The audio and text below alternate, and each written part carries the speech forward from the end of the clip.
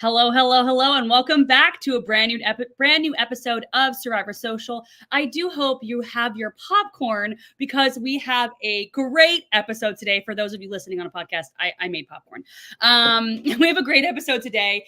Survivor Social is the podcast where we discuss Survivor with a focus on the social elements of the game. My name is Tegwyth, and as always, we have Cara, my incredible co-host. Cara, how are you today? I'm great. I'm so excited to get into talking about this episode and everything. And whoa, we have an incredible guest tonight. Jake O'Kane from season 45. Jake, what is up? How are you? Oh, I'm so excited to be here today. Thanks for having me. Oh, of course. It's a great episode.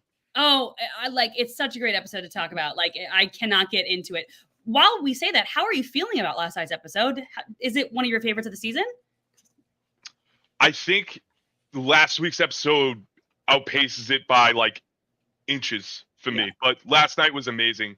I think Sestanino tweeted something today being like, is this like one of the best 3 episode spans in the new era? And like, I think it's hard to argue against that. Like, it's really good right now. It's really good. It is really, really good right now. And before we dig into this episode, make sure to, as always, like and subscribe to Survivor Now on YouTube and on Spotify. And as a reminder, we are live right now. So if you are watching, make sure to comment, talk to us in the comments. If you have any questions, throw them there.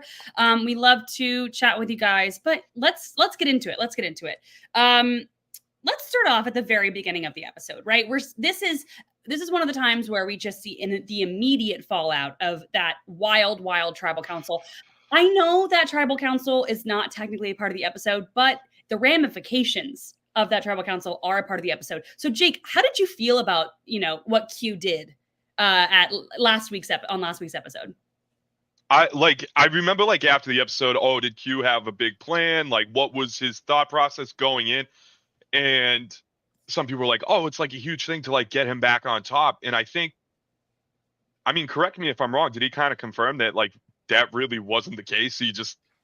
That's just part of his moral code that he was trying to bring upon the game. Look, he's absolutely captivating television. I don't think anyone can really argue that. But yeah, that's kind of a bummer that he tried to quit. Like, I'm happy that we're still going to get his confessionals.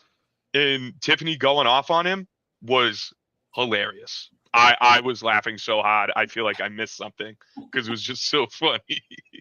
No, and I feel like that's maybe the most heated discussion we've seen in New Era. And like, obviously, like last season, we like Katurah and Bruce, but that was kind of a behind the scenes kind of thing.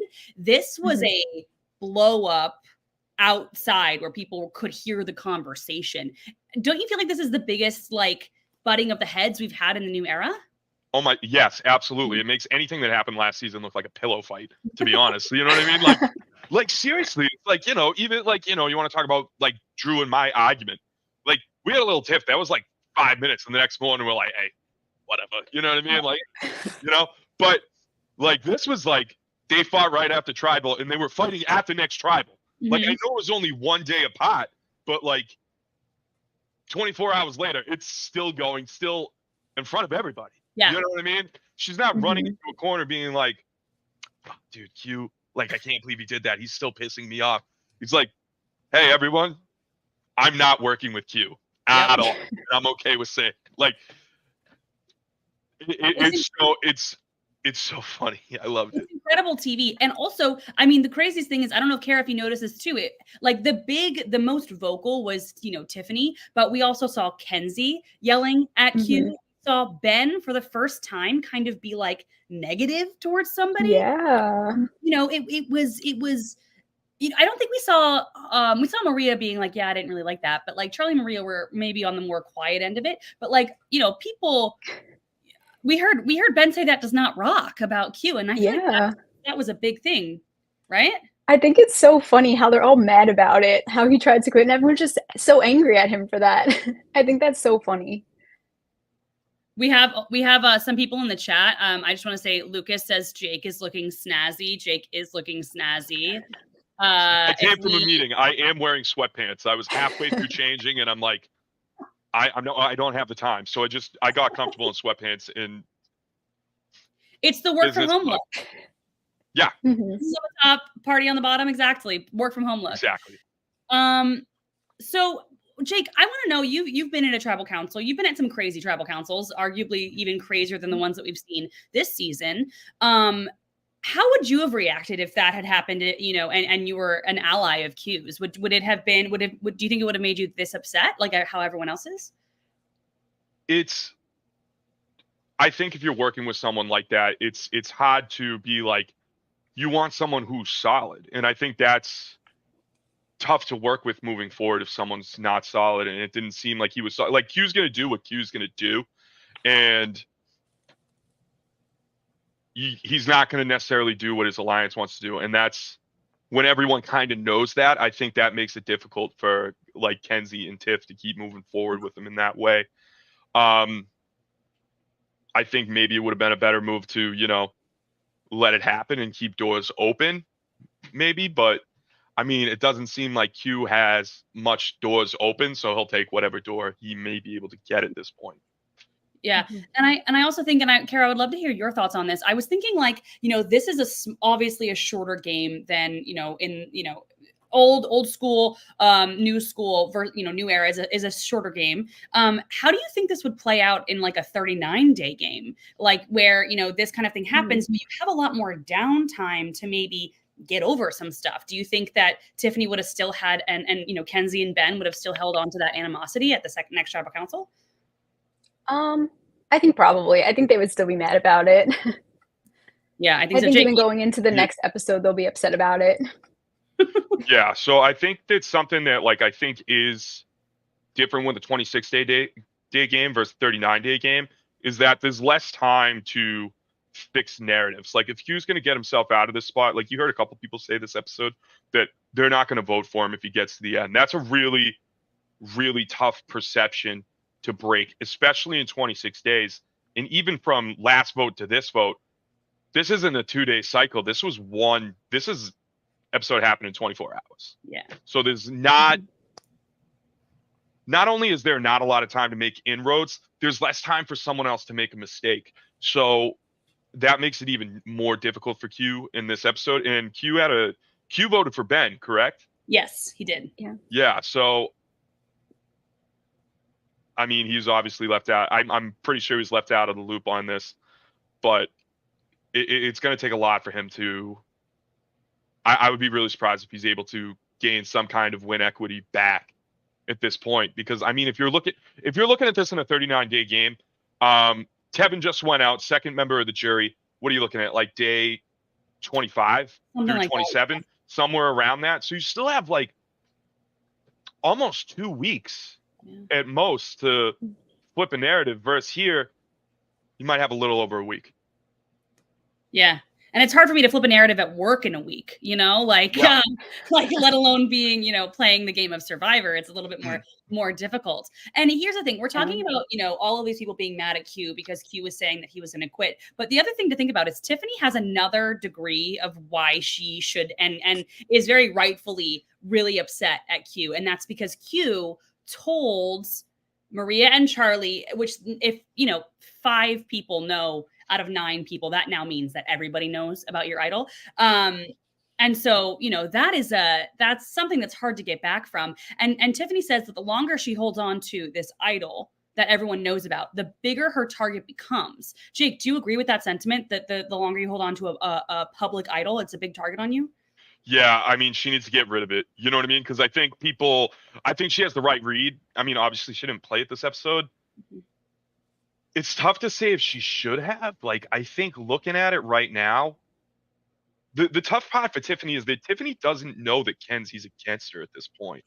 Like, one of the good things going for some of these other people, like I think Liz is a good example of this, and that, a lot of people argue about credit for moves, and I think that was a big discussion this episode coming from Liz. Liz knows she's not getting credit, or like not getting maybe the respect that she needs when she gets to the end. So I think that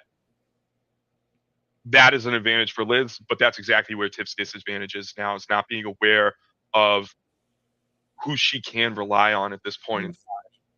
And having that huge blind spot at Kenzie, I think that's really tough. That's really tough. It's really tough. Yeah. Cara, how do you feel about where Tiffany's sitting right now in terms of her idol? Also now her biggest ally now going against her too? Yeah, I think it's gonna be a little tough for her going into the next day because she kind of has nobody that's like with her now that her two number ones just completely flipped on her. So I think she'll probably have to play it at the next episode on the next tribal because I don't know. But I also think they probably could have gone through with blindsiding her on this episode. I'm very shocked she didn't play the idol. Like if I was ever on Survivor and I found an idol, that baby would be gone immediately. That baby, I don't care if nobody knew about it. It would be gone. I don't want it. Like it makes me like I'm sweating thinking about having an idol. It's just so stressful. And I just am kind of shocked she didn't play it. Jake, did you think she was going to burn it? I was more shocked that Hunter didn't burn his. Sure. But yeah, with Tiff, it's like everyone knows about it now. I think she's better off burning it at this point, especially where she said she's going to do it. So now, she told Charlie, hey, I'm playing it tonight. And, she's coming back and, Charlie may be thinking, or whomever else Charlie told about it, all right, well, Tiff isn't going to do what she said she's going to do. So she's actually, I think she's holding on to like a cup of poison and just drinking from it a little bit, Yeah. I think with the idols too, it's that if people know about it, it does become less powerful at a certain point, unless it's like a very, very niche thing. But I think with Tiff's situation, Tiff's time's coming. And if she goes next episode and doesn't play that idol, is this going to be the first time since Micronesia where two people in a row went out with idols in their pocket? Is it Micronesia? Nothing is popping into my head right now. So Micronesia would be Aussie maybe. Jason. I think so. Or was that vice versa? Vice versa. Jason Aussie. Yeah. No, Aussie Jason. Maybe. Yeah, I think maybe, which would be, here's the thing. We saw this season. We've seen Randon get sent home. I mean, he got medevaced with a beware advantage, yet he didn't have an idol, obviously, yet, but medevaced. We saw Jem get voted out with an idol in her pocket, and now Hunter getting voted out with an idol in his pocket. My question is do we think that I feel like we're seeing more and more people. And also now if we open it up to advantages, Maria burned her extra vote and Tevin got voted out with his extra vote. It's like I'm seeing all of these people go home or get rid of advantages in the new era of Survivor. It's almost as if the advantages aren't really advantages because they paint such a big target on your back. And obviously it's knowledge is power, right? It's if Hunter didn't tell anybody about his idol, he still would have been a target, but it would have been for a different reason, not because of his idol. It's such an odd thing that in the new era, an advantage is in theory an advantage, but it also can be a super big disadvantage if held on to for too long. It's very interesting. I think it adds to anxiety, right? Because once you have an idol, you think, okay, how can I use it? Not just getting through the game, but it's like, okay, now a million other options line up on your plate. And how do you best implement it at this point? Do you play it at the right time? At least when I got one, there were only 2 votes. I only had 2 more options. You know what I mean? I think there was so much less opportunity at the point that I got one. But looking at a Jem, a Hunter, a Tiffany, it's like you're looking long. Yeah. And if you're comfortable in the short game, that could bite you in the ass, and your game could be cut short. Absolutely. I mean, I was really shocked, Hunter. Went out this episode. I'm in a pool where we vote on who's not going home that episode, and if your person goes home, you're out of the pool. And Ryan and I both said Hunter. We were like, yeah, Hunter's fine. Hunter's good. We were wrong, obviously. I mean, it's just crazy. Cara, what do you think about the advantage disadvantage thing? It does seem like having any type of advantage hurts your game, especially since I feel like all the advantages are so public. If Hunter never said anything about his idol and just played it, that would have been great. Or if he wasn't in danger this episode and no one knew he had it, But I think I just don't understand how he didn't play it at this tribal. Like, even just watching it and him talking to everyone, how did he feel confident that, like, how do you feel confident at all to not play it? I feel like that was so stressful, that tribal, just watching it, everyone whispering, and, you know, I feel like I would have played it. I kind of think, and I could be very wrong. I think Kenzie is very good at making people feel comfortable. At her, like, I think she's very good. She's got a very calming presence, and I think, you know, Hunter keeps going to her and keeps saying, like, you know, are we good? Are we good? And she's like, yeah. Dude, we're good. We're good. Chill. We got it. I voted for Q. Like, all this stuff. And she's very, like, got this calming presence. And I could be very wrong. I think Kenzie had something to do with Hunter kind of, like, maybe not playing that idol. What do you think, Jake? Yeah. Oh my God, yes, she's right behind his ear. You know what I mean? And like when he got voted out, like, did she put a hand on his shoulder or something, or am I making that up in my head? She did. Like she does have kind of that, like, she is the mermaid dragon. She's got those siren skills a little bit. She's pulling you in, and you get so close, bam, you're getting burnt with the fire. You know what I mean? Like, it's really impressive what she's able to do. But I mean, I think in terms of Hunter, it's if you're a well-known physical threat, and you know, obviously he didn't see Bruce when he went out and filmed this, but why? What? Like, just burn it. Just burn it. If you look like a dummy for playing it, who cares? Because I do think there is that pressure. Is like, oh, you don't want to look dumb if you use it when you don't need it, and you really need to get that out of your head and like take the millions of people watching at home out of it, right? Yeah. But like, there's a good chance he could win the next immunity, depending on what it is. Yeah. And I mean, these stamina immunity challenges become less and less as you move on, and they're more obstacle courses. Clearly, which Hunter's probably even better versed at than these stamina challenges, which he's also been able to do amazingly. Mm-hmm. Yeah, but you got to burn it. I understand the outlook of saying, hey, looking down the line, like, you're better off getting rid of it and taking down your threat level if you're that kind of guy. Yeah. And the odds of him finding another one, if he played it, I feel like are high. I feel like he would find another one if given the chance. So why not just play it? Absolutely. Like, I think one of the things that helped me find the idol when I found it is that I was with Bruce when he found his, and where mine was hidden was in a similar spot. Like, it's the same kind of tree that I found mine is when Bruce found his, and I looked in the same kind of roots, and I'm like, let me just look. You know what I mean? And then it's a very similar, it's different island, but very similar spot.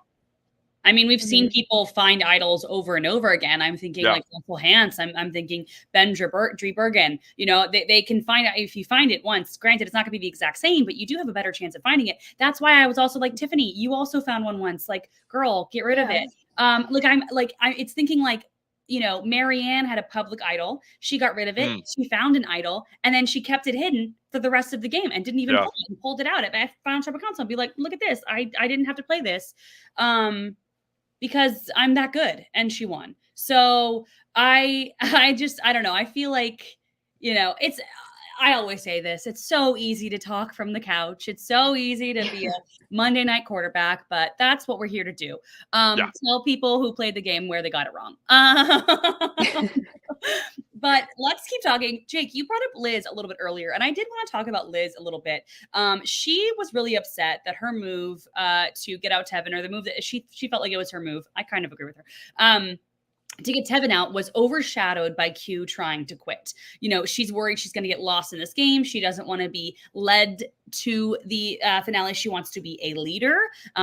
There. I would love to hear both of your thoughts on this specifically, because from where I was sitting, part of me is like, you still have 9 people in the game. You're one of 9. You're not one of 5. There are still so many episodes before or vote outs before, you know, Fire and then Final Tribal Council, where people, if they see you as a big threat, somebody making any kind of move, maybe it's almost a good thing that your move, or something that you think that you can call your move, was overshadowed by something out of your control. Because if in my head, if she's sitting there at Final Tribal Council, she can still go, you know, Tevin, you're there because of me, and here's why. She's got the receipts, and she's like, you know, but luckily Q took all of the heat off of me. So I would love to know both of your thoughts on, Liz and whether or not it was good or bad for the spotlight to be taken from her. Jake, go ahead. Yeah. Okay. Sorry, I just don't want to. So with Liz, like, I think with her kind of situation in Q, it's like, that's my thought as well, that you kind of just said, Teg. Like,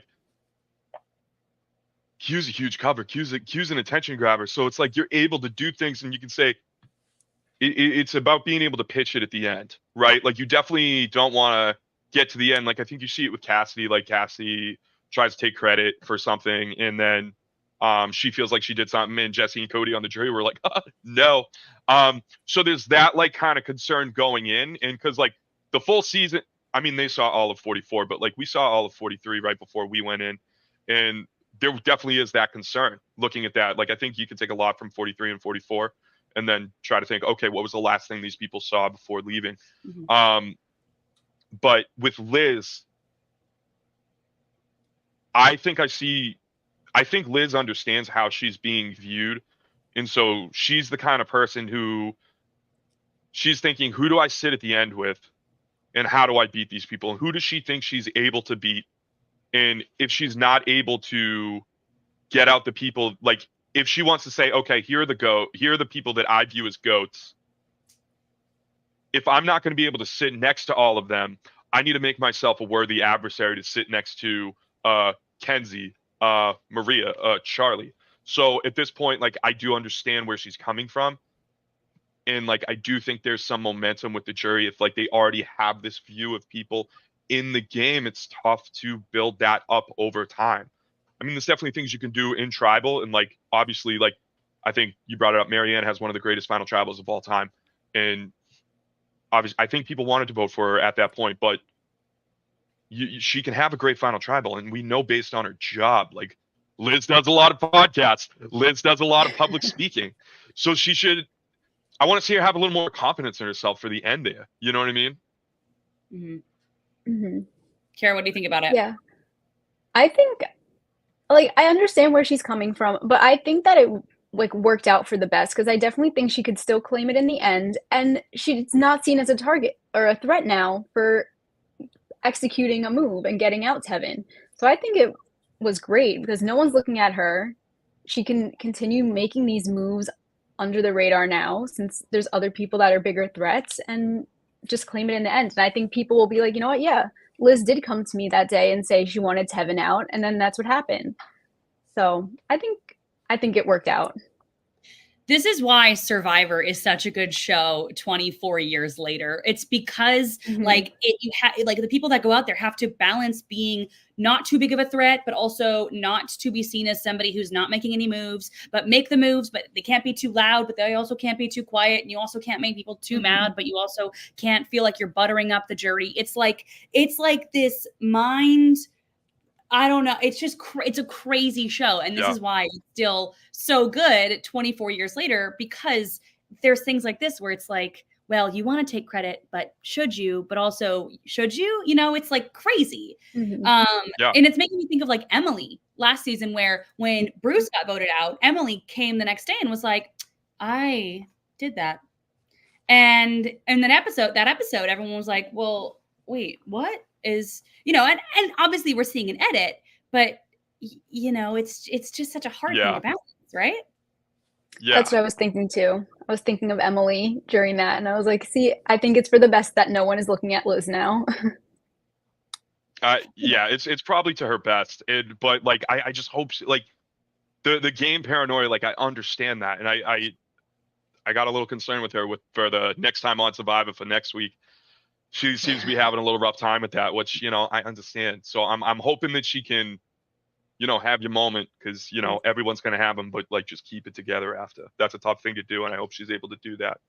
Me too. I think she's great TV. Someone in the TikTok comments asked why Liz told everyone that she's like a millionaire, or like has a lot of money. And I think that's kind of funny, because part of me is almost like, that might be a good thing, because if you go to the end, people might not be thinking of you as a threat. And then, you know, she's able to talk. That woman can talk. Yeah. And so I feel like it's almost like a, maybe not strategy. You talk about your life, but I don't know. I kind of like it for her. Good for her. Confirmed billionaire. Yeah, I don't hate it. I like it. I think the more on it, like,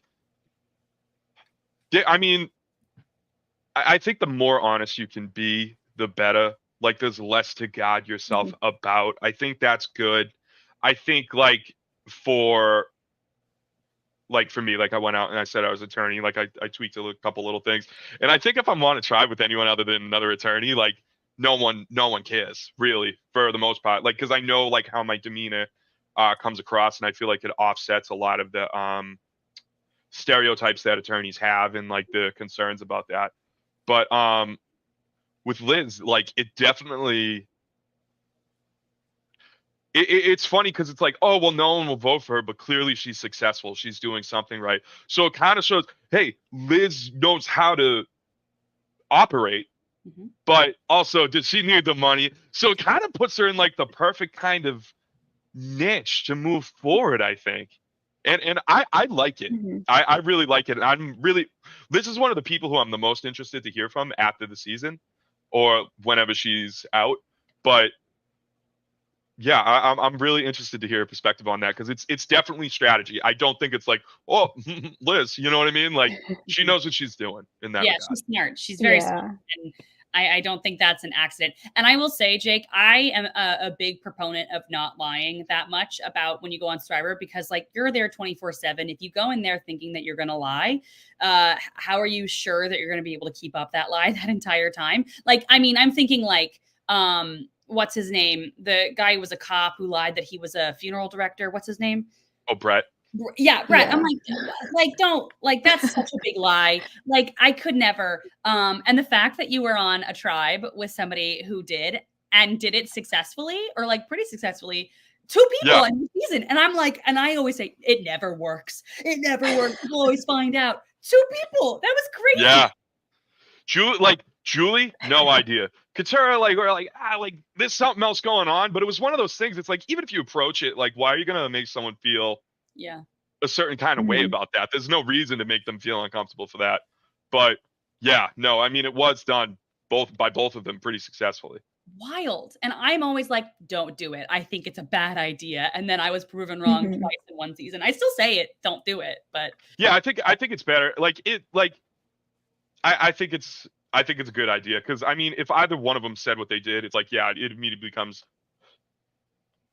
immediately becomes more of a threat. I mean, like, the things going for me and why I felt like it would be a good move, to be honest, is that, like, I was really new to the profession at the time. And also, like, I know my overall demeanor. Like, if Katara is like, hey, I work at the top civil rights firm in the country, like, that's a little concerning. Yeah. Julie, yeah, I've been an attorney for like 5 years at this point. Like, okay, that might be a little more concerning. But Julie, also, to Julie's credit in that, she has a lot to go off of. She didn't become an attorney till later in life. So she has a lot more stories in life versus, like, if it was myself or Katara, like, line, it's like it becomes a little more difficult, but Katara did it really successfully. She did. It was incredible. It was incredible. While we're kind of talking about, your season and just kind of obviously the game in general, I want to know, in this episode, we saw some people talking a little bit more about, like, not the meta game, but really it was more of like meta about the game in the show. So we obviously saw people, talking about, I'm not going to vote for him in the end. We've also saw, like, Ben saying how if we voted off Q, it doesn't really add anything to the resume because he did this crazy thing. How do you feel about seeing this kind of, like, this part of Survivor on the TV, but also that it's so openly discussed now? How do you feel about that, Jake? I mean, why not show it? If people are thinking about it and talking about it, they should be showing it. You know what I mean? Like, if you want to make, if they want to make Survivor, if the producers want to make Survivor less meta, it's like, you got to stop casting superfans, which I'm like, obviously keep casting us. You know what I mean? But, like, this is the kind of things that people talk about. This is what people are thinking as they're playing. So it's important to see. And I mean, I think in terms of it becoming, like, it's so meta, like, even more than more than ever. Like, we see it. You know what I mean? And I think it's good to see those conversations. And it's one of those things, like, I was thinking about, does the show want to dissuade this thing? Dissuade the meta. But it's, how do you really, the only way to be able to get rid of the meta is to stop casting superfans and to talk about the meta, right? And I don't think they want to do that, because I think you want people out there who are going to try to be innovative. And I think Mhm. Super fans are more likely to get innovative with things than people who are not. But there's also the idea is like maybe we get like one or two more people who don't know what they're doing as much, because I think a good example of this, like I talked about this maybe a month ago, but in Dungeons and Dragons, right? I'm gonna put my Kane hat on, but someone who's new to the game is more likely to try some wild shit that no one else has ever thought of, just because it's more of a blank slate to them. So I think there's the potential for that as well. I don't think cast less super fans. I'm just saying maybe add two more, add two more people who don't know what they're doing. If we want to fight the meta talk, you know, Yeah. Mhm. I don't care if it's there, to be honest.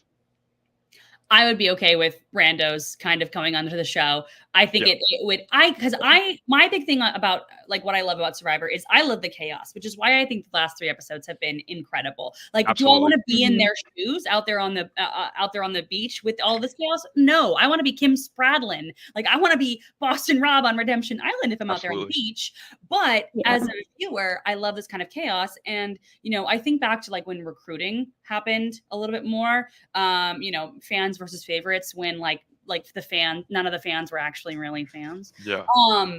I mean, great TV. Like, it's like incredible TV, because it's just like sometimes, you know, if you're not thinking about it as a 5D chess and you're just kind of playing checkers, the move is like much more clear, and you're like, oh my god, how did I miss that? Because Yeah. you're looking at this like whole big thing, and they're like, well, if you just jump, boom, boom, boom, you know, whatever. But I will. as a super fan who wants to go on the show, keep casting super fans, please. I agree. Oh. I think it's cool What I because just said. I think it's cool because can we agree that this is I would say this is probably the most chaotic season of the new era.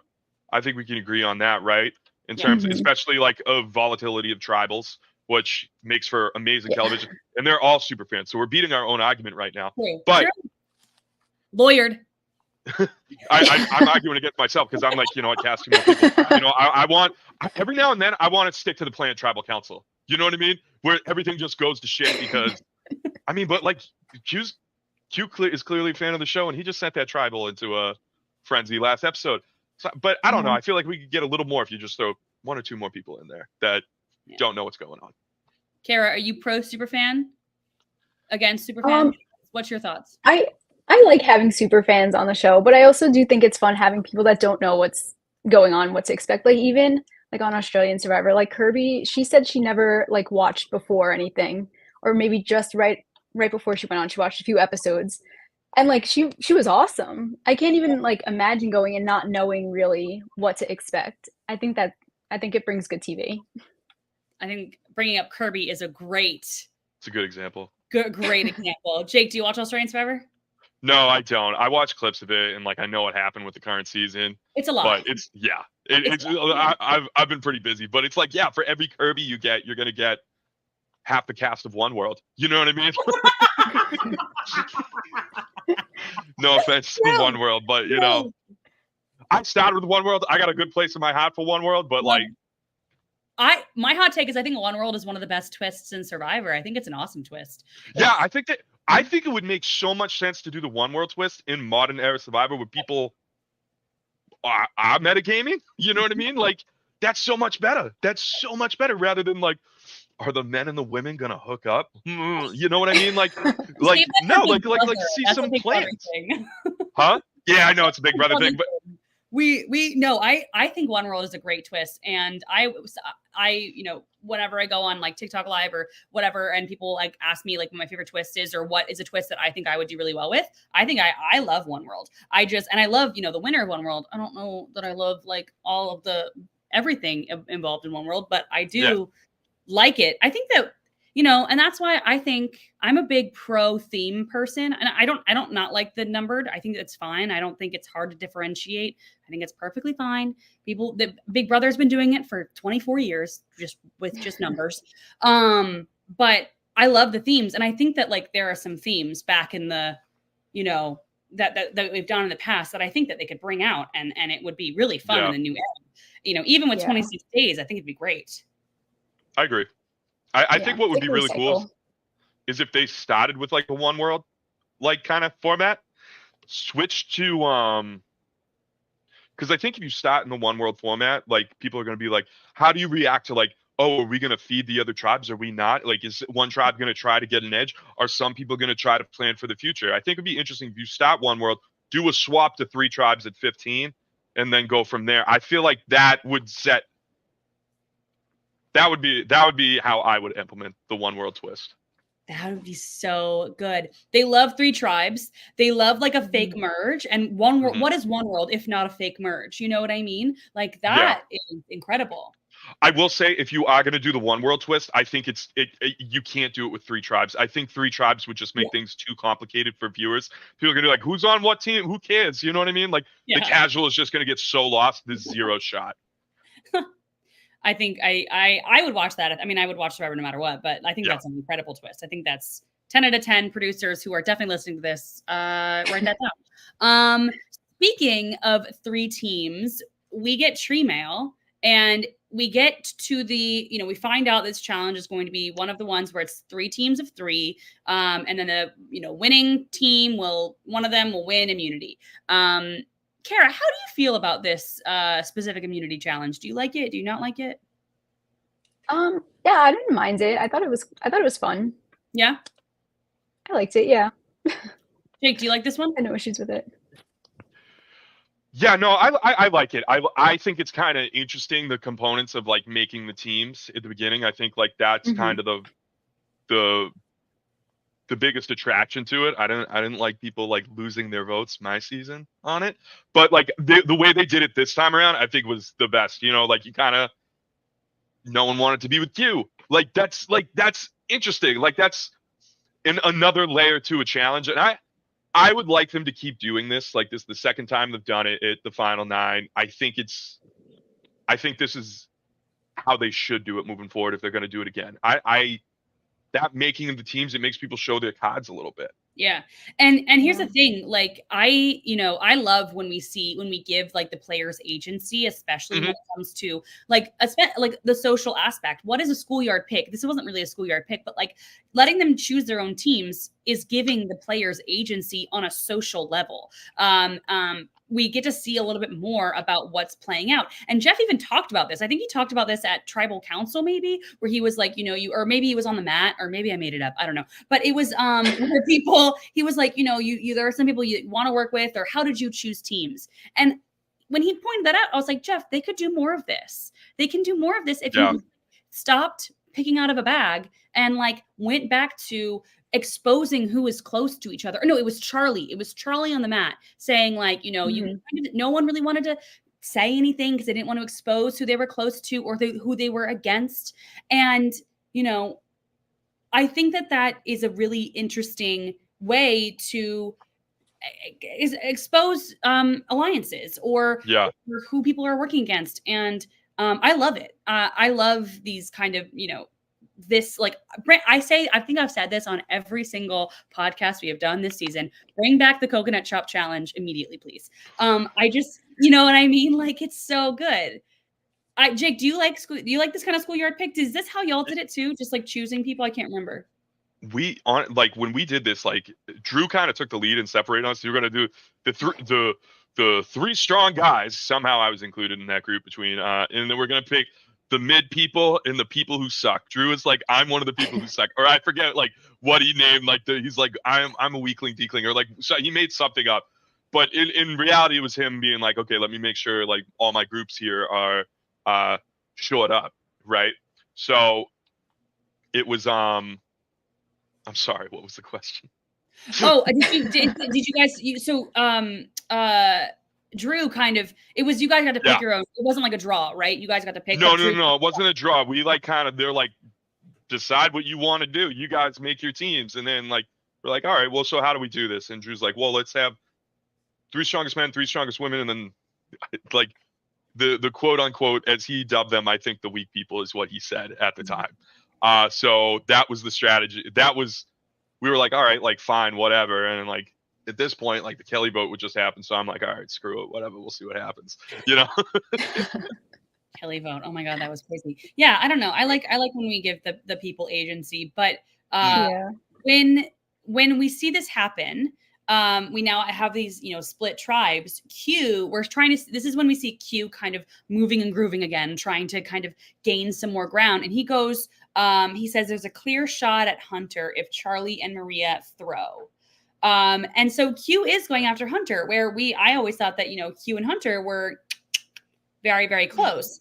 And it came back to bite him a little bit in Tribal Council, where he said, when Tiffany was like, well, you were throwing out Hunter's name. And I think this is was a really interesting moment where even, something just as small as, do you guys want to throw the challenge so we can go after Hunter? Can come back to bite you in the end. And I don't know. I just thought that was like an interesting moment. And here's another thing. Q had to do what he needed to do. You got to try. Yeah, absolutely. A for effort. You got to figure out a way to, get back in. It's worth a shot at that point. Because what else does he have to lose? I know. Really. I mean, I think when you're at the bottom, it's like you have a choice. You can either try to rally the bottom to make something happen, but if you don't have one person going your way from the bottom, it almost becomes a race to the bottom at that point from the people who are already on the bottom. And if Q and Hunter can't trust each other, there's no hope of rallying that bottom. Like in honestly, what's really interesting about this season, it's not even clearly defined outside Hunter and Q, who's on the bottom. Like there's no clear shot at who's going home next. I mean, I think I have a couple guesses, but I don't think it's that clearly defined as maybe it was at this time in 45. Mm-hmm. Yeah. I think it was, I did the recap show yesterday after the episode with Abraham. And I was thinking that this season feels a lot less about alliances and like really tight alliances, where 45 was obviously like the Reba 4 against everybody else. And this one seems a little bit more about like, it feels a little bit more individual than, the only really tight alliance we're seeing with not a single crack is Charlie and Maria. And, who knows how long that's going to last. It's only 2s. It's not really more than that because everything is kind of crumbling. Yeah.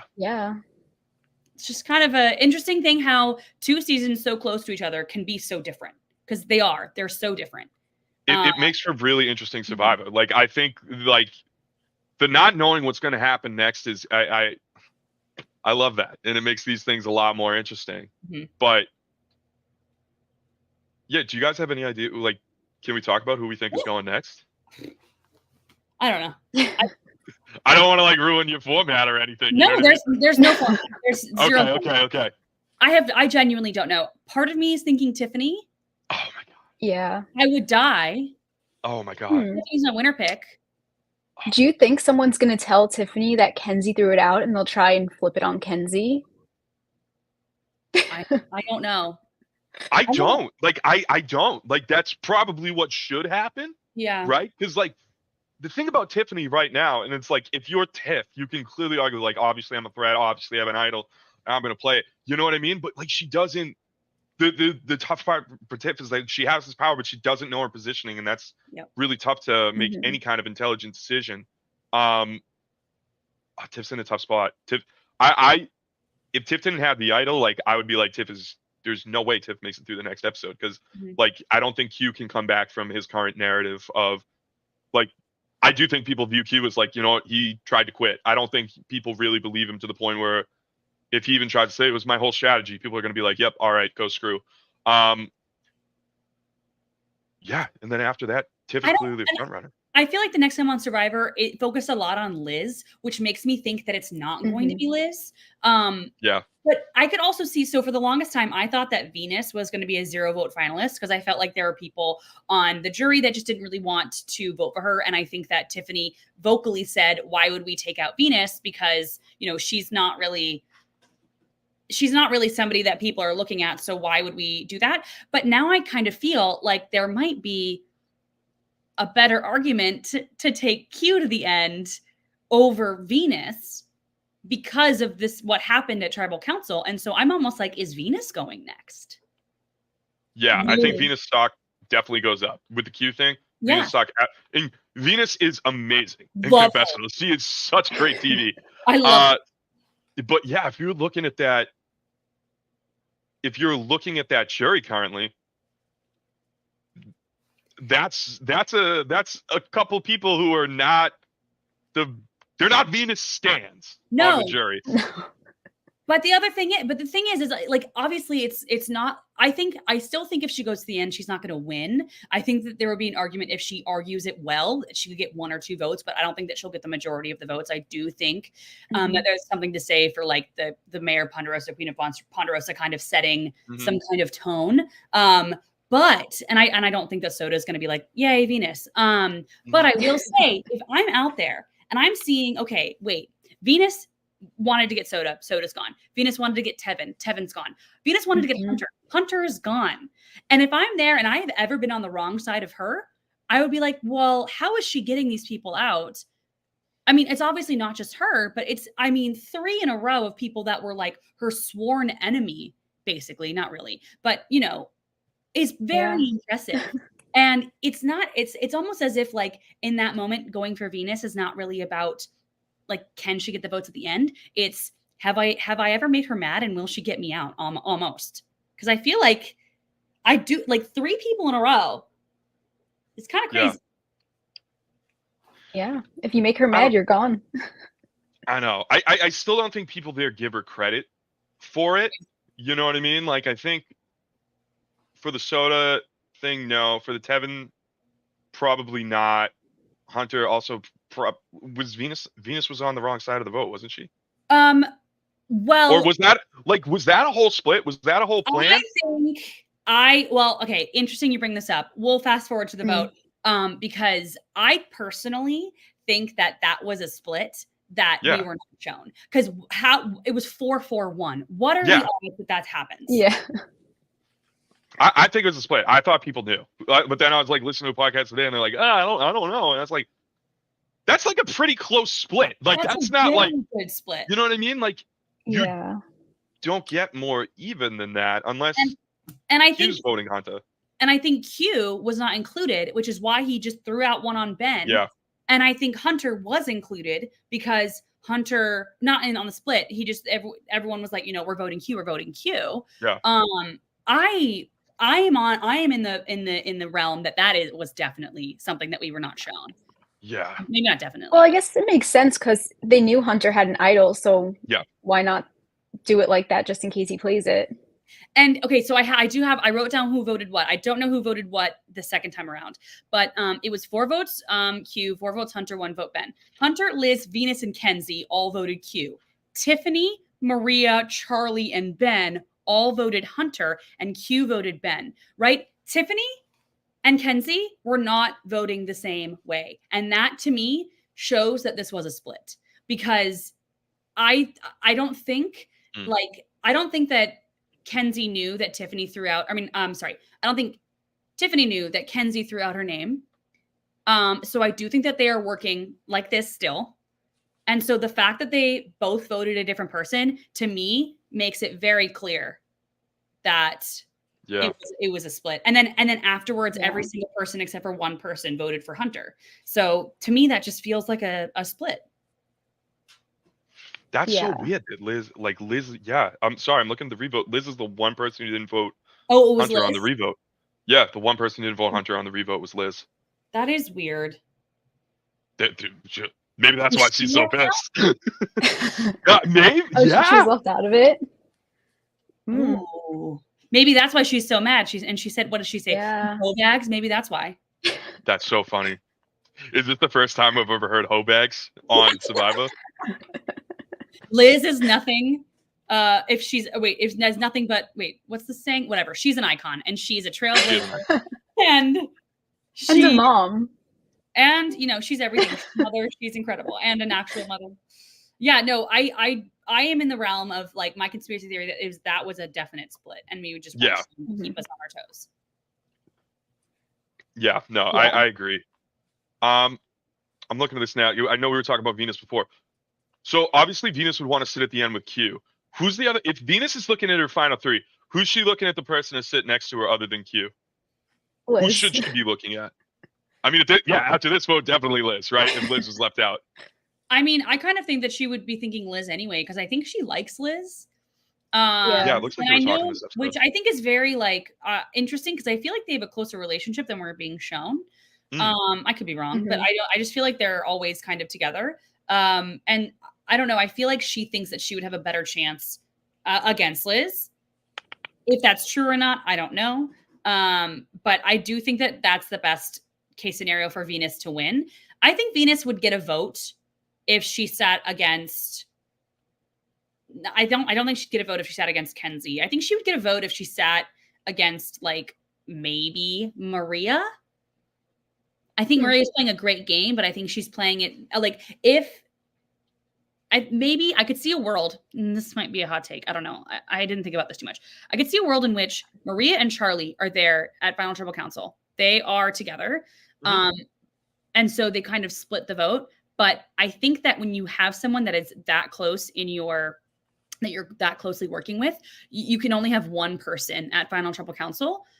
Not that neither of you will win. One of you will win. But that way that somebody on the other side can corroborate like what's going on.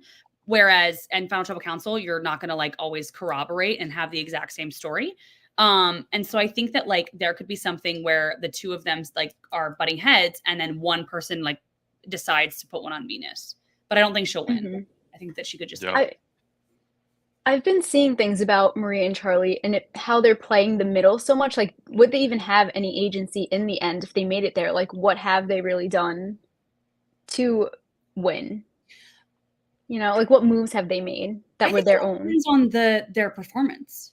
I found yeah. Like I mean, go ahead, Jake. Some people are going to mean moves, some people are not. Like, I don't think that Tiffany is someone who, like, Tiffany, I think is a good example. If Tiffany sits, like, I heard Rob say this today, and I kind of agree with it, is that if there's some people who sit in the end, you're going to vote for them. Tiffany sits in the end, you're going to vote for her. Liz, I think Liz was the example, but Liz might need a couple things on her plate, and I agree with that. But I don't think Maria needs any. I disagree. I don't think Maria's going to need anything. I feel like Maria and Charlie roll up. I feel like they've done a good job at being in the middle of everything. And like people might not see that right away at this point, but they seem to understand it over time, I think. And I think if they keep going in the trajectory that they're going in, we're going to see that. But yeah, I want to see more from Maria. You know what I mean? Like the last 3 seasons, we've had the mom character just kind of like play a really good game, and we just haven't seen as much of it. Like Julie had a really great shot of winning. We saw Heidi in the final 3. It's like, damn, like these they're killing it. Like I want to hear a little bit more from them. Come on. I agree. Yeah, and I feel like at the beginning, she was like hyped up a lot, like in that first like episode, the second episode, and then kind of we just haven't seen anything again that much from her. So. Well, I still hold my conspiracy theory. I think Jake, in your season, we saw a flashback when Austin was talking on the beach of when he was saying like, oh, you know, Rob and Amber went to the end and blah blah blah whatever, and then we saw a flashback of those two, and then Amber, you know, obviously won that season, and so I, like some other people on the internet, were like, oh my god, does that mean Austin and Dee go to the end and then Dee wins? So my current conspiracy theory about, you know, the flashback is that we saw a Malcolm and Denise flashback. And so my theory is that Maria cuts Charlie at some point and then goes on to win the whole thing. She's not my winner. That happens in the next episode? I mean, like maybe. I mean, because we do see her talking to Q, right? I don't know. I don't know. I don't think Charlie's going anywhere. I don't think that could be something that happens, but I don't think Charlie's going anywhere. I just no one wants to get rid of him, and also like the way I know Q says something, not everyone else probably believes what Q believes, but I do feel like there's the talk about Charlie has not been, oh, he's cutthroat.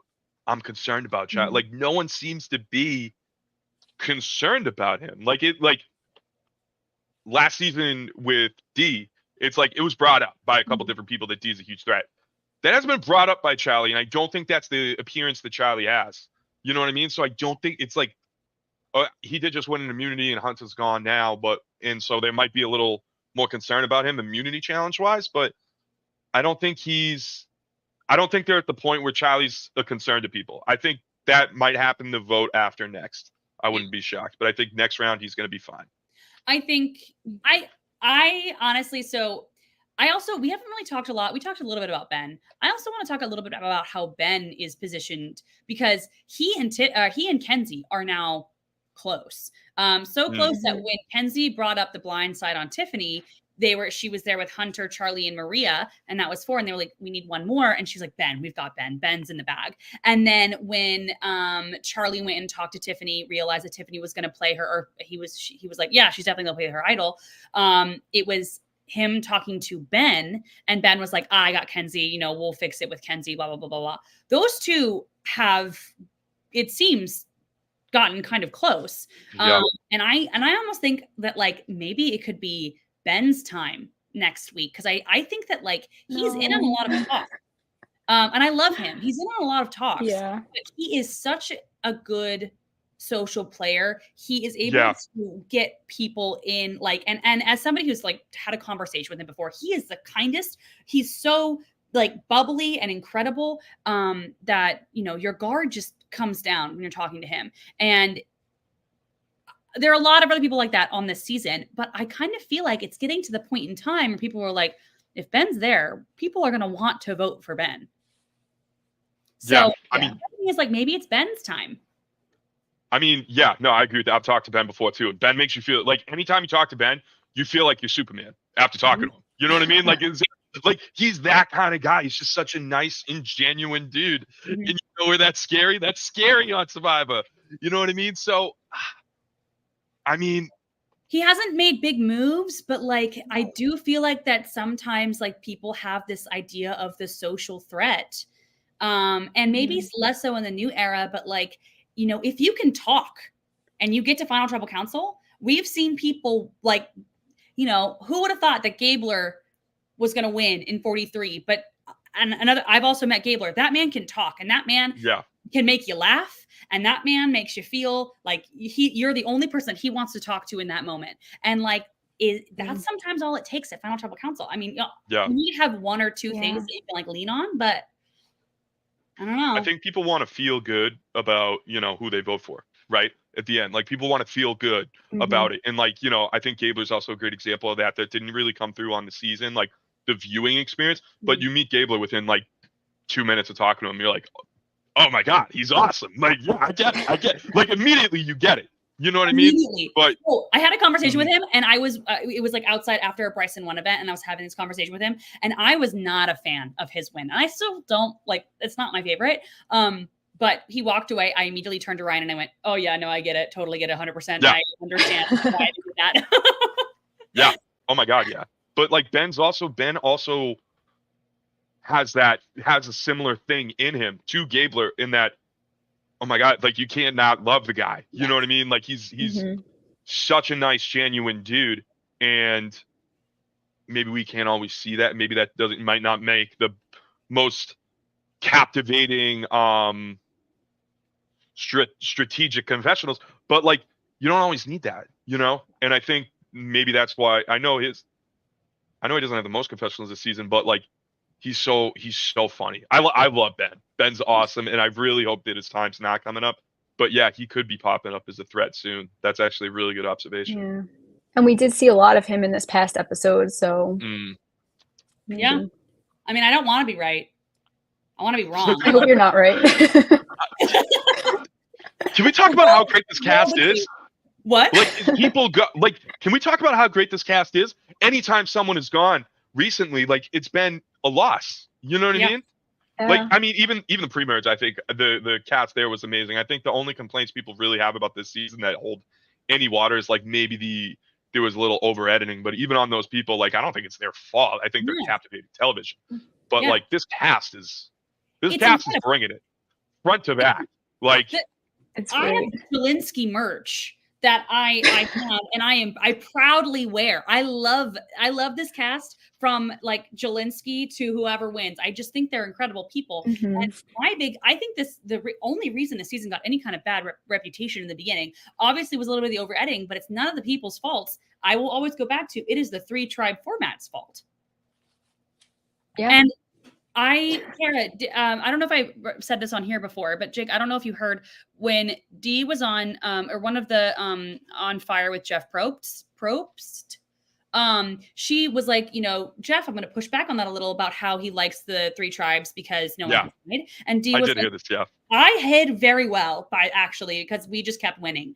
And Jeff was like, oh, okay, interesting. And I think that that's like 100% correct.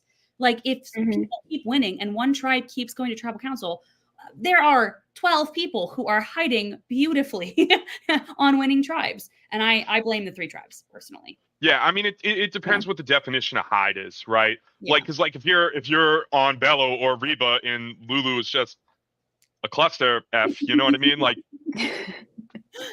12 people are going to be able to hide. Yeah. You know what I mean? But if you have like 2 tribes of 10, right? Like there's going to be 1 or 2 people who like, or probably maybe even 3 or 4 that are going to be able to hide really successfully, and just stay under the radar. I mean, and if he wants to avoid that, you're going to get it in some form regardless. I do think it's time for a little bit of a mix up. Like let's get a season with 2. Like let's try it out. Let's see how it works. Give it a shot. Swap to 3. Who cares? 2 and then 3. I love that. But I'd like to see 2 tribes of 10 if they're able to do that, or even 2 tribes of 9. Like who cares about a gender imbalance? You know what I mean? Or get someone non-binary on there. You know what I mean?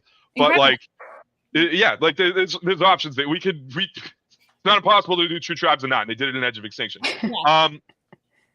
But yeah.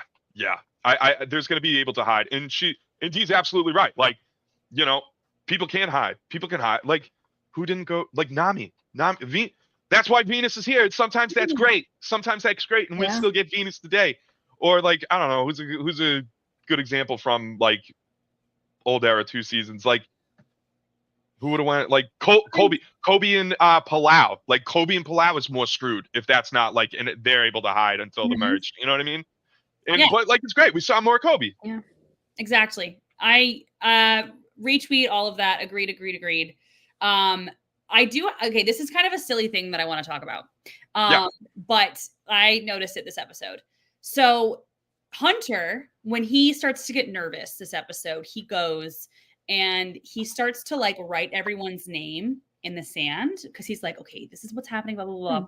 And I listened to Tevin's exit interview, and there was at one point where Tevin was like, yeah, I got everyone together. And, I forget exactly what he was talking about. And he was like, I wrote everyone's name in the sand. Is that the kiss of death? Is writing people's names in the sand the kiss of death? Because famously, Michaela wrote people's names in the sand, and Jay was like, oh my God, is she smart? She knows how to write. Oh my God. She knows how to write. So here's the question. If you go on Survivor, should you never write anybody's names in the sand? Because I feel like that might be the kiss of death. Yeah, don't do that. Don't let people see you doing it. Write in the sand to figure out where votes were going.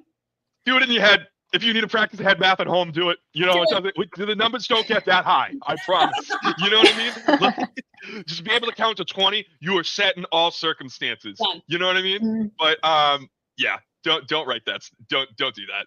No. If people see it, it's I don't know. It's just me. Like, I clearly the perception of Hunter has been that like, oh, Hunter, like clearly Hunter's a wicked smart dude. Like he had a full ride to medical school. That is ridiculous. Absolutely ridiculous. And clearly he's a smart guy, but the perception of him was that just a country boy. You know what I mean? Like, so there's not that huge, but like that plays too well. Like that's why like people like JT and Russell Hantz, I think, were so successful in their first seasons. But yeah, don't now you're showing people that you got a strategy too. Like, absolutely not. He's hitting 10 out of 10s on 2 of the outwit, outplay, outlast at least. You know what I mean? You go on Survivor with a strategy? Absolutely not. No, thank you. If it's not Q's strategy, you're out. You're out of here. Big mistake. Is that big mistake? Oh man, big mistake. That is the slogan of the season. Yep. Let's go to, obviously we talked a little bit about tribal. But if we go to tribal, people go in now knowing that Hunter has an idol, and very last minute, Hunter starts telling everyone about his idol. And I just remember going, no, what is happening? I love Hunter so much. But he was so close to getting to tribal council that he didn't, I don't know. Jake, my big thing my favorite idol play in Survivor is Natalie Anderson's in San Juan del Sur. No one knew she had an idol. She played it incredibly. And whenever I talk about it, I always talk about how, and we're both theater people. Actually, all three of us are theater people.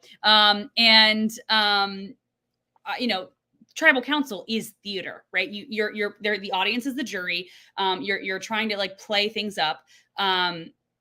Do you think it would have gone over well if Hunter pulled out his idol at tribal council and been like, I'm playing this for me tonight, hope that, whatever, instead of saying it pre-tribal council where people could scramble? Yeah, no, it was already split. It was already, since if like, I'm going under the impression that it was already split as well. So I don't think that helps him that much. I think I understand wanting to hold on to the idol. Like I really do at that point in time. And look, if it helps you to tell people about an idol, if you think it will benefit, I'm not opposed to telling people that you have an idol. I think there's a way to do it, and I don't think in this circumstance it's that good because there's enough people to split the vote. And like, I mean, there's always, for the most part, there's always going to be enough people to split the vote in some capacity. But yeah, I think clearly, like, you feel bad because clearly he was sketched out and he's going to be kicking himself in the ass for the rest of his life, just being like, oh, like I felt it. Like, that's why I said, like, he felt it. He should have just played it. You know what I mean? And it sucks. Like, you understand the logic of wanting to keep it. And if you can get by this vote, you can win another challenge. And if you lose another one in the future, then you have the idol. But unfortunately, it didn't work out for him that way. Yeah. Cara, how did you feel about that whole thing? Yeah. I wish he didn't tell people. Yeah. I wish he just didn't do it. I mean, I guess I understand. And if he like did pull it out and was like, surprised I have an idol, saved himself, then people would see him as a bigger threat, bigger than he already was. But I don't know. It would have been good for the viewers to see that, him not tell everyone, then pull it out, play it, save himself. Sad day. Hunter goes home, sadly, on a revote. I was so shocked, as were a lot of people. But it was a very messy, pre-tribal, very messy tribal, incredible episode. Before we get into questions, Jake and Cara, do you guys have anything else you wanted to talk about that we didn't cover? Yeah. Spicy Jeff. Spicy Jeff. Yeah, what are they doing getting popcorn? He gets a cushion. Oh my God. He's just saying, yeah, you guys are going to lose. We're all saying it.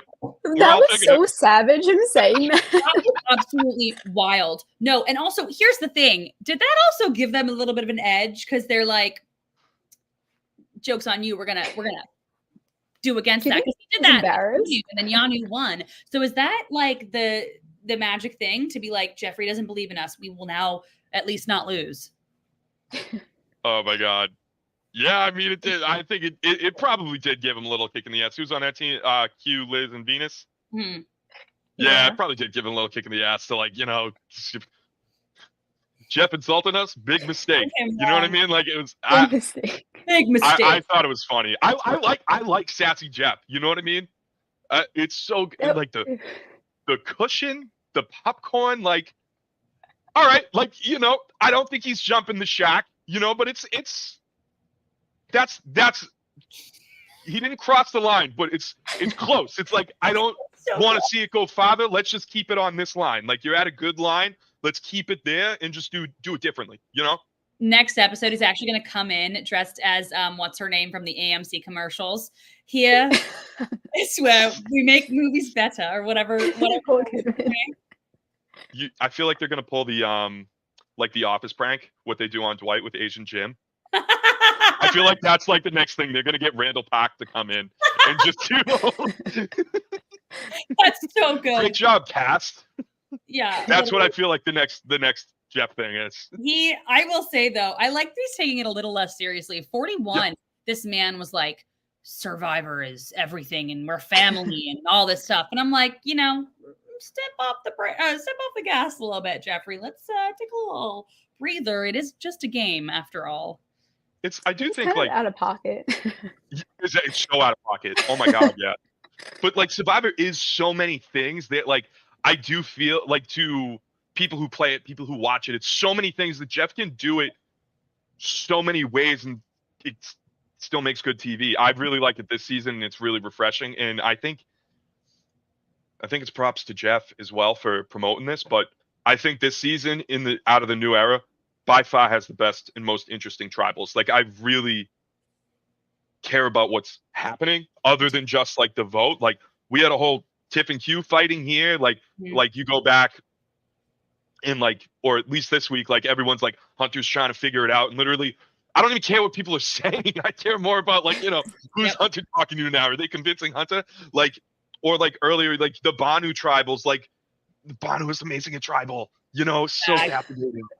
Yeah, he's got the bag or the hand thing that he did, it's so like, what's the most boring tribal? Like maybe the gem tribal wasn't that great, but I feel like every other one. Yeah, it was a blind side, but I'm saying that wasn't the result, but just like leading up, like the leasing, like with the one with Mo going, like that whole her fight was interesting. I thought the stuff pre Tim going and also the sort of like maybe those tribals weren't as great. I thought but like I think the tribals are amazing. Yeah, not necessarily the votes are great too, but the tribals themselves are really engaging this season. Absolutely. I cannot agree more. Totally. Well, we do have some questions that were sent in ahead of time. So right after this commercial, we will get into the questions that were sent in by y'all. My name is Jonah Fielko, and I'm the CEO of Bracketology.tv, fantasy sports for reality television. We offer fantasy games for shows like The Bachelor, Survivor, Big Brother, RuPaul's Drag Race, and counting. You start by creating a community. Within your community, you can create a fantasy league for each show that you want to play fantasy games for. Within the league, you can choose up to 3 of our 4 game types, and our most popular is the Advanced League. Choose a team of contestants, and depending on what they do and say during the episode, that's how your team will gain or lose points each week. We also have elimination style games like our confidence pool. This is where you choose how confident you are that each contestant will survive elimination that week. And we've also got March Madness style brackets. Come back a couple hours after the episode to check your scores and watch you climb the leaderboard. Bracketology is free to play, so grab your friends, your family, your coworkers, and head to bracketology.tv for more info. I am doing so bad in my bracketology because I have gotten the votes wrong completely the last 2 times. Did not think that Tevin was going, did not think that Hunter was going. So right over my head. That's okay. That's okay. All right. So it is time. It is about that time of the episode to get into social hour where we talk about or we get into all the questions that were sent in ahead of time. If you have a question that comes into your mind while you're watching, feel free to put it in the comments. But let's start with this one from Claire.inzlnz. Quote, or why do these quote superfans go on the show and spill their idol to everybody? We talked about this a little bit, but Jake, what do you think about that? Yeah, so I think let's talk about the way the idol was first implemented. Not the Guatemala idol, but let's go back to Cook Islands. That idol was used to keep people together. The idol is originally mostly used. I mean, yeah, it's a tool to get people out, but it can also be used as a tool to bring people together. I think in the meta, like it's definitely less beneficial now to bring people together. But I mean, you also kind of saw it last season with Reba being held together by this unified knowledge. So I think it's still something that can benefit you. You know what I mean? I think in the way that obviously Hunter did it this episode, I don't think that was the optimal move. I think it was more, let me bring this idol into the future. And he needed to be more concerned with him getting in the future.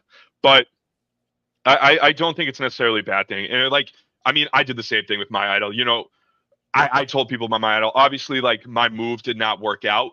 But at that point where my win equity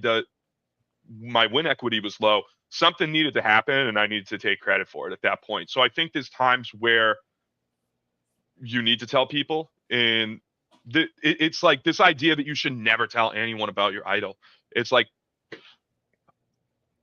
that's not giving Survivor like the credit for its dynamism. Dynamism? Dynamite, yeah, dynamite, what the heck said that it deserves, because that's what it is. Because there's so many things that can happen. To say like this is a hardline rule, never tell anyone about your idol. I think that's blatantly false, and especially with a lot of beware advantages as well, where someone loses their vote, it might not always be a bad idea to, hey, I need someone else to cover my ass on this, and it can build allies. Like the way that Hunter was doing it was defensive and looking to bring it into the future, and I don't think that's necessarily the optimal time to tell someone that you have an idol. Cara, what do you think about that? Yeah, I agree. I think there's ways to go about it that do work for people, but the way Hunter did it wasn't good. But like you can tell people and it can work out for you. Like even just seeing like Tiffany's idol and like Kenzie knows and Q knows, like that was good for them to have that, like to know all that together, even though Q did tell other people about it.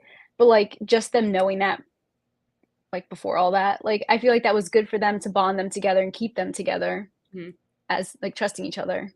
Yeah, it does lock you in. That's the thing, is that like, because you're Reba and like Drew and Austin are locked in with Julie and D, great. But like, when Kelly, Bruce, and I and Caleb found that idol together, now Bruce and Caleb aren't getting along, so they're locked together as well, and that bit a lot of people in the ass.